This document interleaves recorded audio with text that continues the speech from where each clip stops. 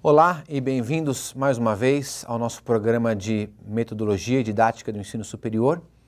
Essa é a nossa aula de número 15, em que nós estamos estudando 5 métodos de alto resultado para ensino de adultos na área de negócios.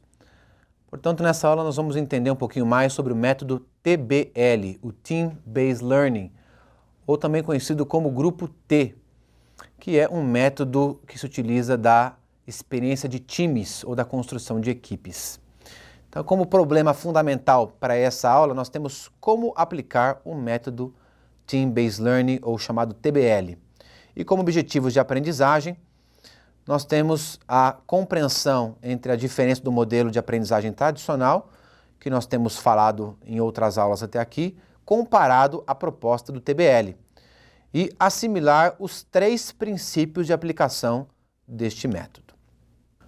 Comparativamente, os modelos de aprendizagem tradicional, como nós já temos visto até aqui, estão muito centralizados na figura do professor.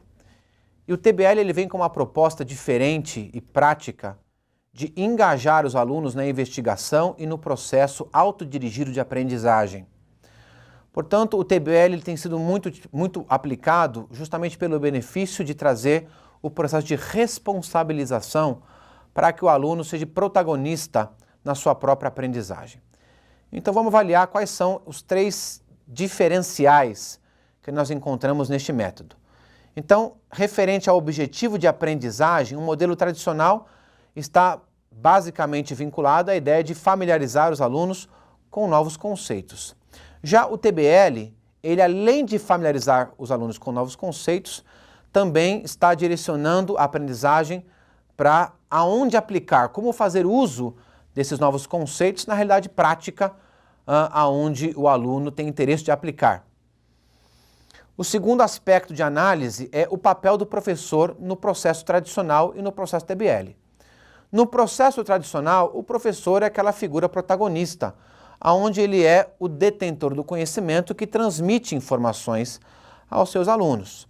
Já no modelo TBL, nós temos a supervisão e a instrução do professor no processo. O professor não tem uma figura protagonista, mas uma figura de apoiador, de estimulador, aquele quem vai dar o suporte, quem vai ajudar os alunos a se engajarem no processo de investigação para que as conclusões, o aprendizado possa realmente se efetivar. E por fim, qual é o papel do aluno? No modelo tradicional, o aluno tem um papel passivo, é aquele que recebe o conhecimento e muitas vezes com uma figura de dependência do professor. Já no modelo TBL, esse aluno ele assume responsabilidades pela investigação e aquisição do conhecimento e todo o conteúdo necessário para resolver um certo problema, com o benefício de que o TBL estimula um ambiente colaborativo e da participação de membros de uma equipe. É interessante entender de que a aplicação do TBL leva em consideração alguns aspectos fundamentais. Então vamos falar então de 3 princípios ou de 3 regrinhas básicas que precisam ser observadas na aplicação do método TBL. A primeira regra é a formação dos grupos. Lembrando de que nós não queremos só grupos, nós queremos times. E a diferença entre grupo e time é bastante extensa. Pense, por exemplo, num time de futebol. O time de futebol, diferente de um grupo que joga futebol, tem papéis claros. Existe um centroavante, existe um meio-campo, existe um goleiro, cada um tem papel definido e sabe qual a sua participação no time. Um time trabalha para um único objetivo comum. Grupos não têm papéis claros e definidos. Grupos não necessariamente estão trabalhando para o benefício maior do time ou do coletivo, mas muitas vezes estão trabalhando para o seu próprio benefício individual. Então a construção de um time ela é fundamental para o sucesso desse método. E esse método é um método que constrói equipes, equipes com papéis claros, definidos e com objetivo único e comum. Estatisticamente, nós vemos que 98% dos grupos superam o desempenho do seu melhor membro. Isso comprova que o TBL é um método eficiente, porque o resultado do TBL, ele é, na maioria das vezes, superior ao resultado do melhor membro da sua equipe, mostrando que a contribuição e engajamento de um grupo de pessoas traz um tremendo benefício e agrega valor no processo de aprendizagem. O segundo princípio, portanto, é o princípio que os participantes assumem responsabilidades. Isso é fundamental para garantir o engajamento e, efetivamente, a participação de todos os membros da equipe.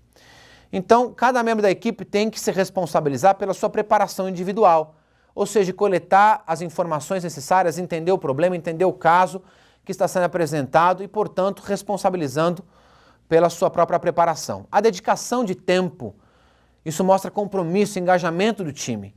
Então, existe um sério problema quando se fala de trabalho de grupos, em que existe um membro, geralmente, que faz quase todo o trabalho, dedica o seu tempo, e os outros ficam navegando ou se beneficiando do sacrifício daquele único membro.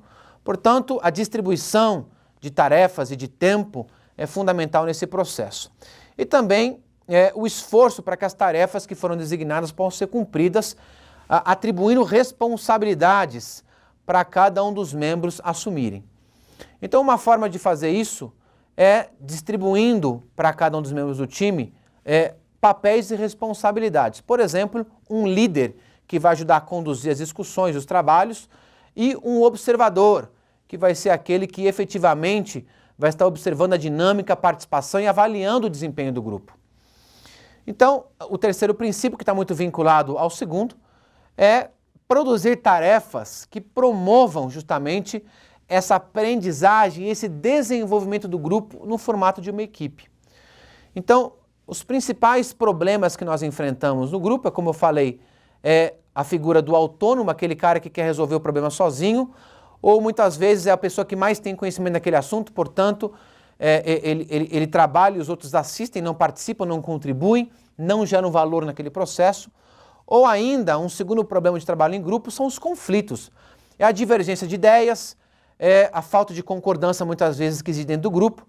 Portanto, é importante criar tarefas que vão ajudar o grupo a se engajar, a se motivar, a trabalhar em conjunto, a distribuírem papéis e responsabilidades, a atribuir uma liderança que vai facilitar esse processo, atribuir um observador que vai avaliar a dinâmica e a eficácia e eficiência desse grupo no seu processo de aprendizagem, por fim, que vai dinamizar esse processo para que haja bons resultados no processo de aprendizagem.